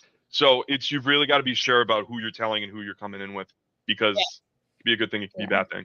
And then also here's another edge of it. Jem kept the beware advantage to herself and kept the idol to herself. And I honestly think that whole thing is what got her out, because, she kind of was like, oh my God, Tim is the one that, we're all suspicious of Tim. But then when it came around to voting, everyone thought Tim had an idol. So then it ended up going over to Ben, and Ben and Charlie were so close. So it wasn't going to be at Ben, so Jem ended up going home, and it almost kind of in a weird roundabout way came back to bite her in the ass. So I think it's another thing about Survivor that's so great. There's never one hard, fast rule. If you find it by yourself and you don't really have anybody that close, keep it. But if you have somebody that you find it with, then share it with them. And there's just there's no right way. There are wrong ways, but there are right way. We've got Brandon Donlin here. Look at that suit. Did Jake just get done pitching on Shark Tank? Plymouth County Bar Association meeting. No, not Shark Tank. He actually was with Q pitching the Q skirt just now. That. Did not copy. I actually, it's the J skirt now. I don't know. Q. What? Big mistake, Q. You gotta copyright it. Trademark. I don't do that patent kind of patent it. Yeah. Either or. You gotta do it before you say it on national television. Oops. Yeah. Okay, we have this. This one is for you, Jake, specifically. Kendall Bist says, Jake, how did you take care of your mental health and well-being while your episodes aired? That's actually such a great question, because like the thing is like it's not talked. Like we're gonna talk about strategy, and it's like really fun, and like we love the show. But guys, it's tough. Like week to week, like if anyone's being a piece of shit to anyone on 46, like just cut the shit. Like what the fuck is wrong with you? Stop hiding behind anime cat profile pictures, and like what the fuck is wrong with you? Get a hobby. You know what I mean? Like it's honestly ridiculous. But in regards to like mental health and stuff and watching yourself on TV, like I mean, it can definitely be said that like I got a positive edit and I had a tough time. You know what I mean? Like it's tough. I think it's tough for a lot of people going through it, and it's not something that it's a tough thing to go through, because you're like, oh shit, what did I say? How am I going to come across? How are people going to take me? And it's like, oh yeah, I wouldn't care. But like when it's your entire world, and like this is the thing that people know you for at this point, and it's like, look, if you get on Survivor, it's like you obviously have there's other things going on in your life. You know what I mean? So you have a life. Like if you want to get on Survivor, have other things going on. Survivor's not your life. But it's a huge thing in your life, and for people say all kinds of shit, and like even minor shit, it gets under your skin. And how I took care of myself, it's like you kind of just roll with the punches. Like I had to have like people in my life like, hey, I just need you to hype me up right now. I just need you to hype me up right now. You know what I mean? Because it's like you worry about stuff coming up. You know what I mean? You know, like as a person who's on the season, you know what's happening next. You don't know how things are going to be shown, but you know what happens and how you have an idea of how things could come across. You know what I mean? So there is that like anxiety week after week, and that's really hard. And like people being douchebags on the internet to not make that easier. I was very fortunate where 98% of people were entirely respectful to me. So I feel really bad for the people who that has been tougher for, especially this season and my season. Yeah, really, you just got to roll with the punches. Like there's not any kind of magic wand waving. It's like your mental health will be okay if you, and look, like the show, like they got a therapist for you. Like they'll take care of you. You're fine. But there's still like the day to day, the hour to hour, even minute to minute. And you just got to know who you are and just take it in for what it is. Like I'm going on a long tangent about this. I apologize, guys. But I think Survivor, it shows you a mirror of yourself, and it's like sometimes it's dead on with how you come across, and sometimes it's not. You know what I mean? Because like there's 18 perspectives going on the island, and they can't show a whole hour and a half of Dee's perspective, Austin's perspective, Jake's perspective, Katura's perspective. They don't have the time for that. So you got to take a lot of things with a grain of salt, but also, you know, take your wins when you can get them. And you know what? If sometimes they show negative things about you, and you got to be like, you know what? They got a point. You know what I mean? Like, so there's an opportunity there as well. And sometimes I do think that some people are like, that's nothing like it was at all. And it's like, there's a little bit, you know, maybe like, you know, maybe not entirely the case. It's such a multi-layered thing that you gotta take some time and sit with it and work it out. Absolutely. And I think that's how you're going to keep your mental health. Accept the things that you accept, deny the things that you don't, and hopefully you end up okay. Yeah, the people on the internet are need to, I don't know, touch grass, get a job, do something. They make it work. Like honestly, like the positive stuff is great. And like, you know what, people want to say like whatever about game. That it didn't bother me. That kind of shit didn't bother me. Like, oh, Jake's flailing. Like, man, that's kind of true, yeah. But but like the stuff where it's just like they suck. It's like shut the fuck up. Like fuck you. And like people on the internet are absolute trash. And I'm like, you took your time. You took time out of your day to do that. That's really sad. That's also really sad. You're a sad little person doing these. Don't be if you're watching this podcast and you do that, stop, because you're a sad little person and you should stop. But don't say mean things. What? Don't say mean things. Yeah. It's just like you can have favorites and like say, oh, I'm not a big fan of this person on this season, because we're gonna have favorites and not favorites. But like just spine up. What are you doing? The people in the TikTok live want me to tell you that everyone over here on the TikTok live loves you, Jake, and that everyone loves you. And one of them even said that you sent him a cameo, Nate, and he loves you a lot. So thanks, Nate. TikTok live wanted me to share that with you. We have another question. This one is again for Jake. Simon says, if you were at any of these tribals, would you have screamed, whoa? Yeah, I would have done that at the last two, definitely. Like with I mean, this one just with the whole fight. Like I think the fight at tribal between, or I don't want to say it was a fight, but like the words between Hugh and Tiff were like, whoa, all right, that's what we're doing here tonight. And then like last week, Hugh quitting, that was a whoa moment. Like, whoa, like what are we doing? I'm very happy you did not get voted out, Jake, and that you made it to the end of Final Tribal Council. I will say, I do feel slightly robbed. We got some really great expressions and fun things from you when you were sitting there in Tribal Council, but I would have loved to see like the full Jake experience, like watching this happen on the outside, because I feel like your faces and your reactions would have been Eliza level incredible. You know, like on the jury is what you say? Yeah, on the jury. Yeah, I mean, you know, that didn't happen. But I'm happy it didn't happen. I love a good show. You know what I mean? If it's a good show, it's a good show, and I'm going to act accordingly. I'm very happy it didn't happen, but I do feel like you would have had some great facial expressions. Daryl goes, Q, the only person going home is me. Jake, whoa, buddy, you're into the Lions. Whoa, no, guys, come on, you didn't mean that. He's just saying, like, if you're like Yanni, he's just saying that. Oh, Q. No, guys, I'm actually leaving. It's like, Your Honor, Mike. It like really, like, if you're in an alliance with him, it really feels like you're in court and your client's just burying themselves, and you're like, they didn't mean that, what they said right now in front of you. They didn't mean that.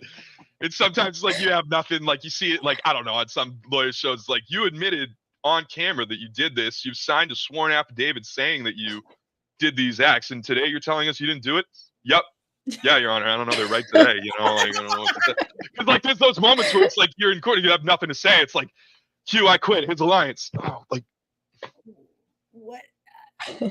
Well, how do you even respond? He doesn't mean it. He doesn't mean it. That was a joke. Ha You should fuck up. Speaking of Q, McFadden Rylan asks, is Q a mastermind? Also, Jake, you're one of my favorite underdogs, and I'm a big fan. Thanks, man. Is Q a mastermind? Q is captivating television. Q is captivating television, and anyone who tells you otherwise is not watching the show. Is Q a mastermind? Like, I think the thing with Q at this point is he wants to be in charge, and that's not going to happen. I don't think Q's going to be in charge. I think some people might try to make Q feel like he's in charge to put him in front and, like, just use him as a shield a little bit. That wouldn't shock me. But I don't think Q is ever actually going to be in charge again. And I do think that Q clearly has a sense for the game. Like, Q's not a dummy. Like, he's funny and he has ideas, and some of them are good ideas. Like, if you look at the Tim vote, and he's trying to switch it to Ben in the last minute. Ben's not on the 6. Ben's gone. Tim has less people to go to. Tim is with them. So in Q is probably correct to target Ben at the end of that Tim vote. So, like, he's a smart guy. He's clearly a smart guy. Is he a mastermind? I think Q's mistake, and we kind of heard this at a couple different points, is that Q is under the assumption that a lot of people are not as intelligent as he is, or not as aware as he is. And I think that's a big mistake. So I think Q is very intelligent, but there's a lot of very other intelligent people out there, and that's the piece that he's missing. So is he a mastermind? I don't really think anyone's pulling all the strings. I mean, you can look at Charlie and Maria and be like, okay, they're controlling the game together, but that's not a mastermind. That's a pair. You know what I mean? When I think mastermind, I'm thinking Rob Mariano. I'm thinking Kim Spradlin. Like, that's maybe like Tony, and just completely taking the narrative of the game and doing what he wants to do with it. No one's really doing that. And I don't think it's possible for there to be one single mastermind in the new era. I think that might be possible before. Like, if you look at maybe like 39, you could say, okay, maybe, I mean, but like even in 39, you'd say, oh, it was Tommy and Lauren. It wasn't just Tommy. I don't think it's possible to play that kind of game anymore. Like, even if you look at Tony and 40, that's Tony and Sarah's season. You know what I mean? Like obviously there's a person who comes out on top, or whoever gets a better edit or whatever, but like, I don't think it's possible for there to be a sole mastermind anymore. Yeah, I totally agree. Totally agree. We have this question from Dakota in the comments. Dakota asked, what is a reward you would wish you would oh my gosh, what is a reward you wish would come back? Besides the family visit, right? But, that's true. Besides the family visit. Because, like, everyone's going to say the family visit. I wasn't. Really? I think the family visit's okay. I would love one if I'm out there, but as a viewer, as long as I get a backstory for these people, I don't necessarily also need a family visit. They're nice, but it's not, but family visit's okay. Besides, take the family visit off the table. What's another one? Somebody said mine in the TikTok comments. It's the car. I want the car to come back. Just because it's incredible. Is it the best reward to win? Probably not, because you have to pay taxes on the car. Like, that sucks. But well, there's the curse as well. What? Well, there's the curse. Yeah, and then there's also the car curse. So I don't know. I think it's kind of an interesting thing to bring back, because there was also like a very interesting reward that would go with it. Like, you would usually go to a picnic or whatever. So I would bring back the car. Sid said that in the comments. We were on the same wavelength, Sid. Do you guys have one? That's good. I'm just thinking of like Jeff getting in shotgun when Amber's sitting in the back. Oh my God, so good. Bring back rewards where Jeff went on them. That's what I want. Yeah. That'd be like, I Yeah. mean, like, you think of the rewards, like, I think the coolest rewards, other than like the car and like the family visit, they were all based on location. You know what I mean? Like the coolest rewards. Like I'm thinking like China goes to the Great Wall of China. Yeah, like that's Yeah. the kind of stuff that Yeah. I'm thinking about. Or like, I like Jellyfish Lake was my favorite from Palau, where that's a good one. that was Did they do that in Micronesia again? Did they do that again? Like pre-merge? Or I feel like was Suri and Ozzy there together? Am I making that up? I might be making that up. Maybe. I don't know. But they did like if you like Edge of Extinction. I'm remembering like Rick and War Dog rub mud on each other. There's the opportunity to do something different. Like I'd like the resort kind of like do a little resort. Give us a resort. Yeah. I like when they stay overnight somewhere and they come back the next day. I like that. Yeah. Yeah. I think those are really fun ones. I think that they have a lot of fun things. Oh, a good one that Ryan and I were talking about recently was the rewards that happen very close to the beach, but not on the beach. So a lot of times it was like a family visit or something, but it was like on a barge near everything so that it was separate, but people on the beach could still see it. Easy to do, but like very kind of like mind gamey on the people who are on the beach, but it's very separate. Like it's like, you look out there and you see what's going on. It's so easy to do, but a really good reward. The Caramon reward. John and Brenda are just watching the family visit from the beach. Yep. Like they're literally having a cookout on like a dock in the middle of the water. For one of our reward, the barbecue reward, Drew, Austin, and I had that like on the beach. Like they couldn't like come over to where we were, but they could definitely like smell it from where they were. But like that's the closest thing. But I really like, do like the Caramon thing. Where everyone can just sit on the beach, watch it, and just speculate against them. You know what I mean? Like there is that kind of like, screw you. You're eating right in front of me. I like that. The closest thing I think we've gotten in New Era was when they flew over in the helicopter. Yeah. Yeah, that's true. I didn't even think of that. Yeah. The closest thing. Yeah, you're probably right. It bothered Drew. What? It bothered Drew. What did he throw the pot, right? Or the lid? Yeah, I felt like that was more dramatic than it actually was. Like, I didn't think it was that big of a deal. It was a gross, like, that was one of the pots that, like, got bad. Like, it was actually really fucking gross. But, so, I didn't view it as a big deal. I'm like, yeah, get the fuck out of here. Yeah. I totally forgot that Drew also got mad about that. We talked about this a little bit, so we don't really need to talk about it, but I just want to Diary of the Dioscuri. I don't know, always sends in a question, and I love their questions. Is Q going to the end now that people have talked about not giving him the money if he makes it? I think he's going to go to the end, honestly, now. I think the two people you look at this point, it's like unfortunately for Venus, like she is like viewed in that kind of capacity right now, and I hope she can pull herself out of it, but I think it's going to be really difficult for her to do that. And with Q, I think the thing that makes it difficult to bring Q to the end is that number one, Q is probably more likely to win an immunity than Venus. And number two, Q's just so unpredictable, and it's going to be hard to, it's kind of like almost like we don't know what he's going to do, and I don't want him to topple my house of cards. True. So I do think that like Q may be more dangerous. I don't think Q has a straight shot to the end. I think, it could, I see the avenue for that happening, but I could see Q like doing maybe like one or two more votes and then going like, how do you safely bring him forward? I mean, I think that's a very good point. He is also, I would also say Venus is a little bit, the word volatile is the word that's coming to my mind. They're not volatile. It's just like they're unexpected what they're going to do. And I kind of think Venus is similar. She, when the vote seemed kind of straightforward, she was throwing out other people's names, they were like, just vote this person or else it's you. And she was like, no, I don't want it to be me or them. It's going to be this person. So, I totally see what you mean. And I can also argue, I could see it for Venus a little bit too. Yeah, I think the thing about Venus is that Venus seems to be more direct. Like Venus is like very like, here are my thoughts. We should do them. Where Q is like, I'm expecting more of a sucker punch from Q. I don't really expect a sucker punch as much from Venus. I think Venus is looking to build a coalition where like, and be the boss of that coalition, where like I do feel like Q is looking more for like I feel like there's a different vibe. I would be more concerned about the sucker punch from Q than, because I just feel like Venus is so direct.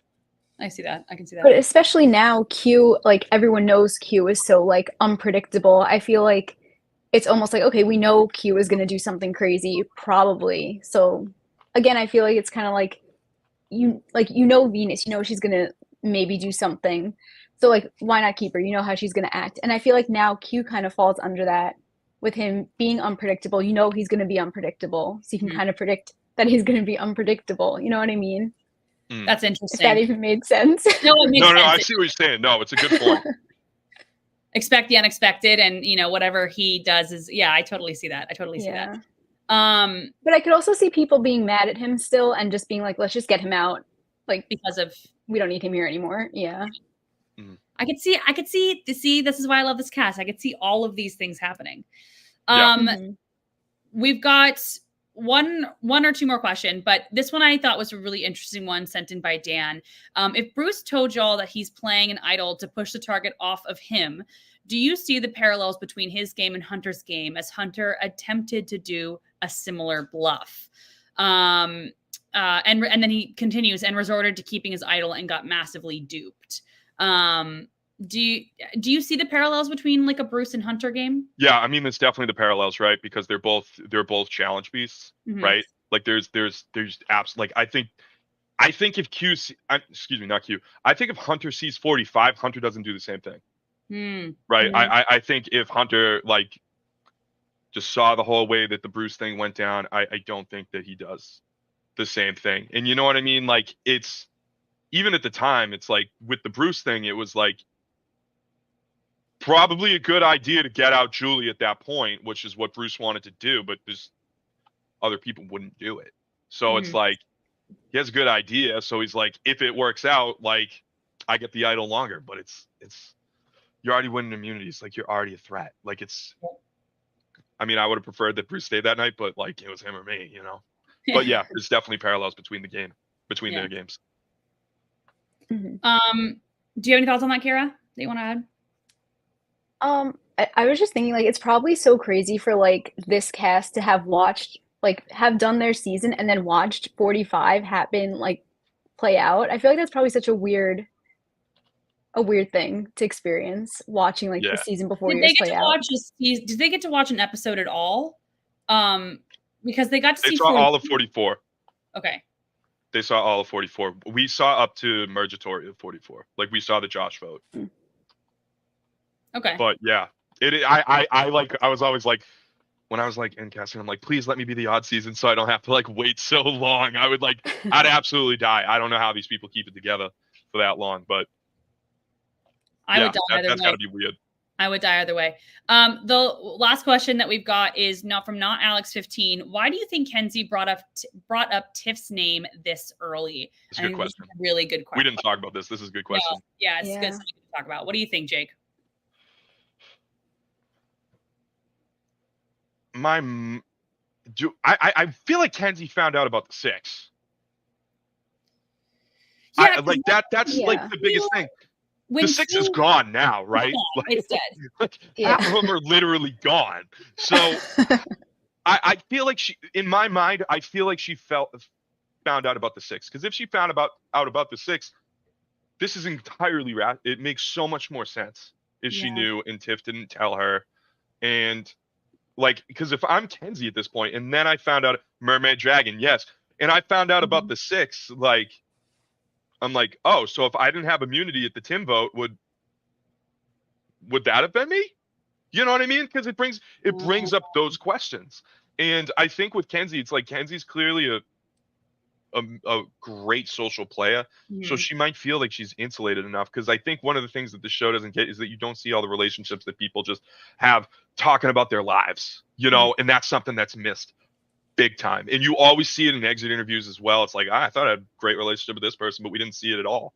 You know what I mean? Like, that's something that's underplayed. So I think Kenzie might be in a much better spot than we might even see. Yeah.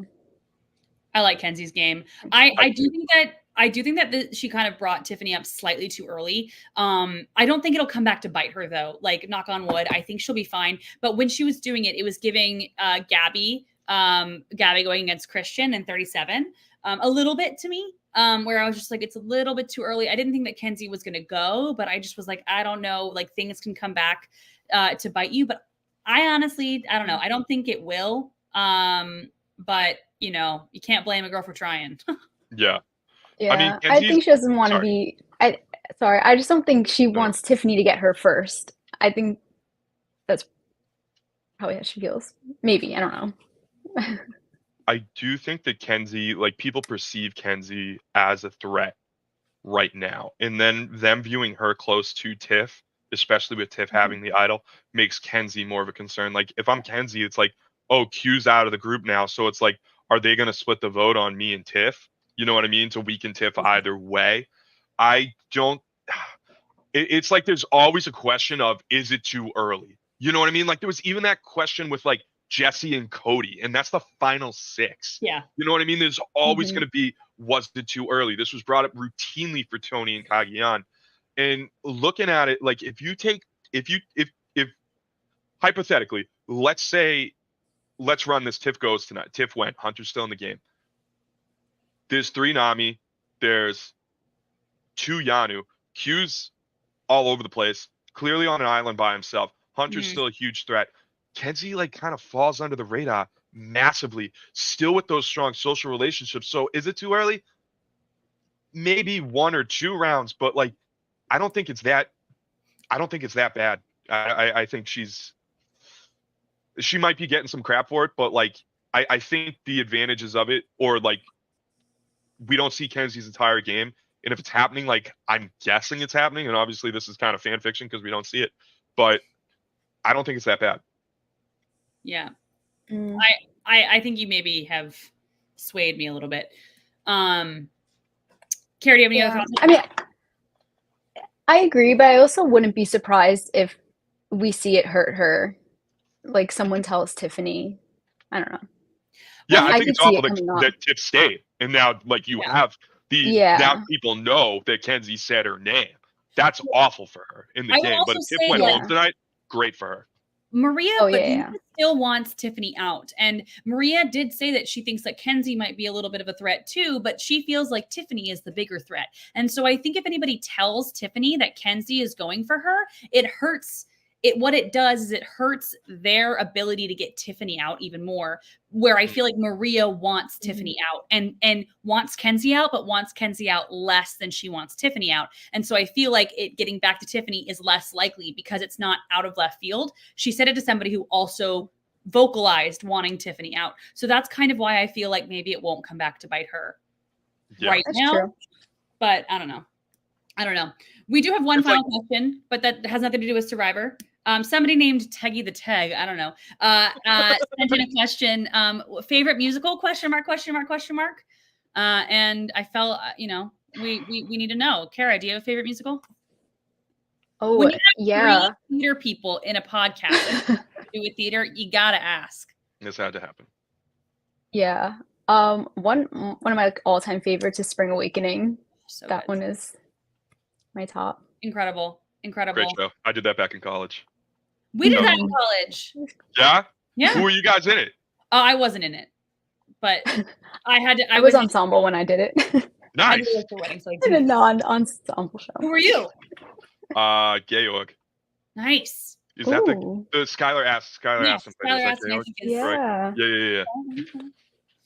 Yeah. Favorite musical, guys. I have so many. Big question. It's a big question. I know. It is a big question. We gotta. I guess we can't. No more questions from this Teggy the Teg person. We gotta kick her out. Guys, it's. There's so many great musicals. I'm gonna give you 3. I'm gonna cop out. And this is what they are right now. That's right now. It could change tomorrow. All right. So if you disagree, fuck you. But I would say. I have a personal family connection to Lion King. Lion King is like just always like love it. The musical version is amazing as well. I've auditioned with Mufasa songs for multiple different things. They Live in You. He has one fucking song. What am I talking about? Beetlejuice I've loved recently. Like and I've said this like literally since I went on Survivor. Like one of my kids auditioned for the last show I directed, which was Annie with Dead Mom from Beetlejuice, which is just an amazing song. So I've been listening to that a lot for like the last 6 months. And then Book of Mormon. Like I think Book of Mormon is fucking hilarious, and I just think it's hilarious how the two fucking South Park guys came in and then won Best Musical of the Year. I think the story's hilarious in that. Just the whole so good outside of the show narrative. It's so good. All so good. My favorite, I have two that I usually say. My favorite musical, like personally, it was the first show I ever saw on Broadway. My mom brought me in not illegally. I was 2, and you're only allowed to go to see Broadway shows when you're 4, but it was Cats. And I grew up with 10 cats, and I love it. I love this. I love the music. I know people hate it, but they just are immune to fun. And the movie was bad. Don't see the movie. The movie's trash. I'm sorry. What? I'm one of those people. I hate cats. No, Jake. No, okay. But like the whole point of the show is people are like cats. Yeah. And cats are life. Yeah. So, like I don't care. I'm not gonna shit on the music. I won't shit on the music. Set design always looks amazing. It's cool. It's interesting. But the dancing is incredible. So it's like every other Broadway. Is it the best story in the world? No, but also it is because it's about like how everyone has flaws and how you're being reborn into another life, and even the people who lead bad lives deserve a second chance and all of this stuff. I love Cats. Cats are pieces of shit, therefore we are pieces of shit. Exactly. Did they hear that? No, they didn't. They're good. And then, okay. Sorry, Cats. They're asleep. Okay. We don't have anyone coming after you yet. The music's good. The music's good. I like the music. And then I also love Jersey Boys. It's not the best musical in the world, but it's fun. It's good. And I have a very great memory. I went to Joe Allen afterwards, and I got to talk to somebody in the show. So it was really, really, they were just sitting next to us, and we just chatted. I was like 10. It was incredible. So I didn't think that you guys knew. Madeline would like a word. Madeline needs a word with you, Jake. Oh, guys, I'm starting shit. Oh, I'm sorry. It's not you. It's them. It's the people. The cats be. Dude, oh, she's pissed. The other cats. Oh man. Well, thank you for everyone who sent in questions. I know the last one had nothing to do with Survivor, but when there are 3 musical people, we just gotta do it. We gotta do it. Well, this brings us to the end of the show, the awards season. We're gonna get into Cara's sweet thing of the episode. And Jake, if you thought of one, maybe your sweet thing of the episode too. But Cara, do you want to start? Yeah, I feel like this one's kind of an obvious one this week. It's Jeff's popcorn, the little popcorn bowl, like smallest bowl ever. Literally him passing around. Literally. How long has that been sitting there for? For like 2 hours. I popped it like 30 minutes before the show, so it's been here for a while. It's not good. I was really hoping that Liz got to eat all of the popcorn. I hope she finished off that little bowl, because they really emphasized her not eating for 72 hours in that episode. Jake, did you have a sweet thing of the episode, or were you sticking the popcorn? I mean, I was gonna say the popcorn, but I feel like Tip made me laugh so much. Like coming back from Tribal, like, Q, what are you, stupid? Like just the whole rant from Tip versus Q for the episode. I loved. I would have felt the same way as her. You know what I mean? I loved it. Incredible. Agreed. I would have to say mine is the idol that Hunter went home with. I mean, no, I don't like the beads. But just because I'm petty. No, I'm just kidding. Okay, now this comes to the final part of the episode where we talk about who we think our social butterfly of the episode is. This is the person that we think did the best socially this episode. And I feel like this part of the season, it starts to get a little bit more difficult because everyone has to do well socially in some way, shape, or form. I'm going to start. I am actually going to give it again. I think I've given it to Ben a couple of times, but I'm going to give it to Ben again. He's in the middle of a lot of these conversations. He obviously there are 2 other Sigas there, but I don't know. He just seems to work well with pretty much everybody, and I did not see him integrating so well with the rest of the group, but I think that he just is doing really well, and I think it shows that he is somebody that people go to. Is he going to be, is he the person who I think is going to win the season based on the edit? No, probably not. But I still think that he's playing a really good social game. And I think we saw it this episode specifically. Cara, do you have one? Mm-hmm. Yeah, I'm going to say Kenzie. I think, again, like her just like we talked about earlier with her kind of being the reason that Hunter probably didn't play his idol because she made him feel comfortable. And that's huge to her social game. I think that's very true. Jake, who do you think? Can I say someone that you guys already said? Yeah, of course. I was gonna say Ben. Just the whole the only person who does not rock on this beach for him is Q. He's like the biggest social pariah at this point. So that's pretty good. If there's only one person that doesn't rock for you, that's not bad. Yeah. I totally agree. And I could totally I definitely see Kenzie as well this episode. You're right. She definitely, kind of is good at bringing down tensions. It's really incredible. Yeah. And they don't even really need to show it. I feel like it's just implied. Yeah. Almost that she's doing so well. The cast is so good. When the cast is so good is, we have somebody who Daryl in the comments says social butterfly for this episode was Charlie for him. Yeah, I think Charlie and Maria can get it too. Because we saw Charlie go and talk to Tiffany and be like, I'm going to talk to Tiffany and see what she's feeling about the idol. And I feel like that was a very important conversation that happened this episode. So again, that's another great option for today. Yeah. Yeah. Well, I want to thank everyone for tuning in, and Jake specifically, thank you so much for coming. It's so much to talk to you about, Survivor. This episode is such a good episode to talk about. So good. And Jake, I like to kind of end the episode to ask where people can find you. What are you doing? Anything you want to kind of promote right now? Yeah, I mean, you can find me on Twitter and Instagram at Jake O'Kane. I'm on Twitch sometimes at Jake Wokane. That's my Twitch. I don't know if they say it's a handle or whatever, but that's essentially it. Other than that, I'm doing law. If anyone needs to get divorced in the state of Massachusetts, look me up. Look up my law firm, or don't. Or I mean, if you need assistance, legal representation, do. But other than that, don't call and ask for Survivor tips. Carol, about you? Where can people find you? You can find me at the Sweet Things Podcast on Instagram, and you can listen to it anywhere podcasts are heard. Episodes come out usually on Thursdays, and you can also find me on Instagram at XOX_Cara. Incredible. Well, I want to thank everyone for tuning in. We love talking about Survivor with you guys.